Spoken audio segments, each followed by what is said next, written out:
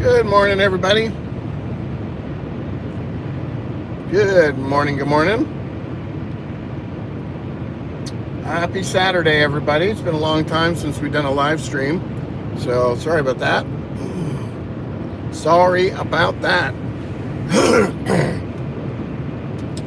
Yeah, it's been an interesting last couple months just because work has been super slow. And so I've been doing other things to try and bring in income. And this is a typical slow time of the year. This is the fall season. After we're in the middle end of the hurricane season. So with that being said, our chances of getting a hurricane typically slow down from here on to the end of the year. And it's not really the end of the year. It's normally like the middle of November is when it really stops. So being that we're close to the end of October, we'd only have about 2 or 3 more weeks of hurricane season before we are done for the year. Yeah, so that's kind of a bummer. It looks like we may have missed our hurricane for this year. I mean, still a possibility. Hurricanes can come out of the middle of nowhere. So we still hope for that. And, certainly not for the reason of that it's, wishing bad on anybody or anybody get hurt. That's not the point. It's just that storms are really the lifeblood of us as an adjuster. We want to see storms because that's what brings us work. And I don't know if you guys have seen the change in the adjusting world at all, but there's a lot of structural changes going on that is affecting work. The firms are losing work, and so they're not hiring as many people or keeping as many people busy. So that's certainly changing. And that's just part of the world. A lot of your other adjuster insurance companies now are hiring employees more. Maybe they're anticipating the winter months, more snow or more car wrecks or more, things that happen in the wintertime where they would rather have a staff adjuster present. So don't forget to check out my macros. These are shortcuts to helping you make estimates quicker, as well as Xactimate training. If you don't know how to use the software, link is in the description. It tells you how to use the software. Basically, you've got to learn Xactimate like the back of your hand in order to write an estimate. If you don't write an estimate well, then I would suggest taking my course. It will certainly help you get better and better. So hopefully you guys are having a chance to relax on a Saturday. If not, I actually run my long claims on Saturdays on purpose because I don't like taking my week out with long trips, taking 3 hours and driving because it's time, and I want to get home, write these estimates, get them done. I don't want to be sitting in the car for 3 to 4 hours in the middle of a busy work week. So I typically run my weekends as long claims, like long distance claims, things that take a little longer to get there. So I'm heading to Pinehurst, North Carolina, which is about an hour and a half one way for me, and doing a roof claim. Actually, it's more of a tree claim. The roof got hit by a tree that fell down next to the house, scratched up the house a little bit. So again, not a massive claim by any means, just lots of miscellaneous damage. So we will be taking a look at that today. I did record a really sketchy roof yesterday. I'm going to put up as a video here shortly when I get it edited. It was kind of freaky. It was one of those ones where you get off and go, things that make you go, So, and I do get those occasionally where even I am a little challenged by the climbing on some difficult roofs.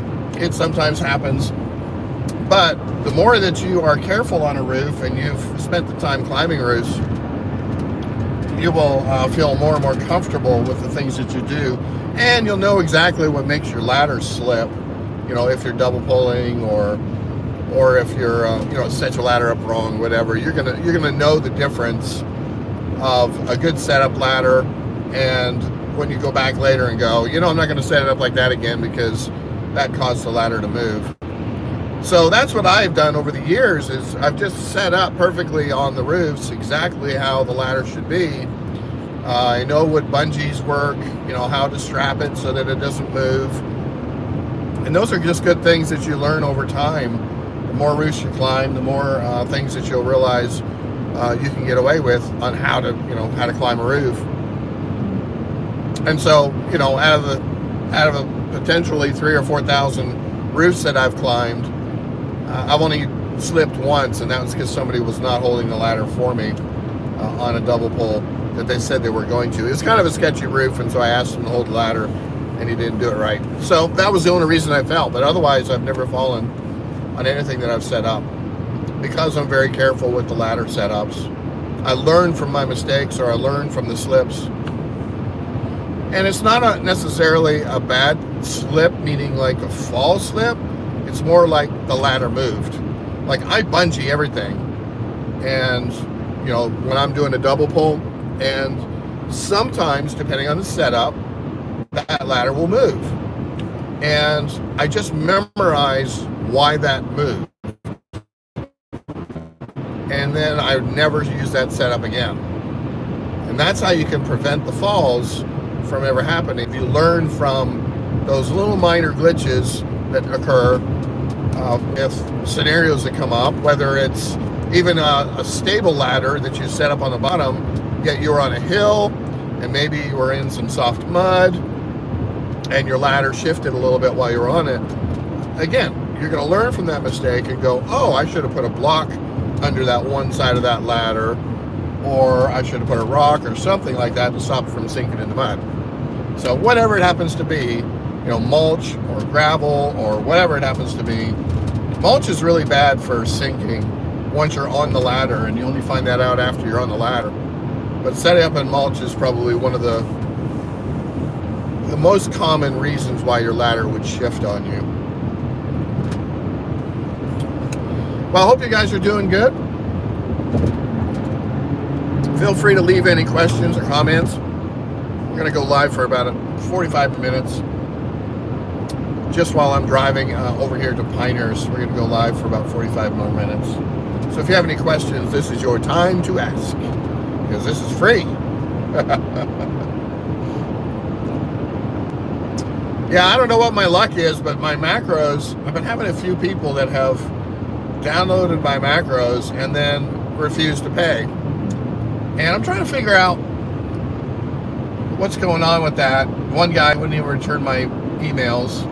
And the problem is I use PayPal, and PayPal automatically favors the buyer. Doesn't even care about what I put in there and saying, hey, this is a digital download. They got the product. I got proof that they got the product, and they are refusing to pay. So, unfortunately, in amongst all the people that are good, we do have those bad people that want to steal things as well. So people have been stealing my macros. So it's a shame, but we do have those types of people in the world as well. But overall, I've had some very good success. I've only had one complaint from anyone who has purchased my macros. And that guy just said that there were too many macros. It flooded his macro list, and he couldn't find his original macros that were his after installing mine. Now, that's an Xactimate problem, because we should be able to put, I would think, macros into a folder, and they haven't figured out how to do that yet, or at least I'm not aware of it. But it would be nice if I was importing some new macros that I could put those into folders rather than just having to have it all as one big long list. So that's the downside of when you buy somebody else's macros, is they just go alphabetically into the list, and you may not be able to find them. If you've got hundreds, and if not, I think I have about 600 right now in my list. So if I was importing a macro and I didn't memorize the list, or or the name of that macro, I probably wouldn't be able to find it. So, not at least not very easily. So, anyways, that's the only complaint I've had on my macros, is that I flooded his macro list with too many macros. He couldn't find his original. So, well, so what I do, ongoing thing with macros, is I try to label them in either carrier specific or trade specific. Okay, because Xactimate does not allow us to put them in folders. Like, I would love to be able to say, macros drywall.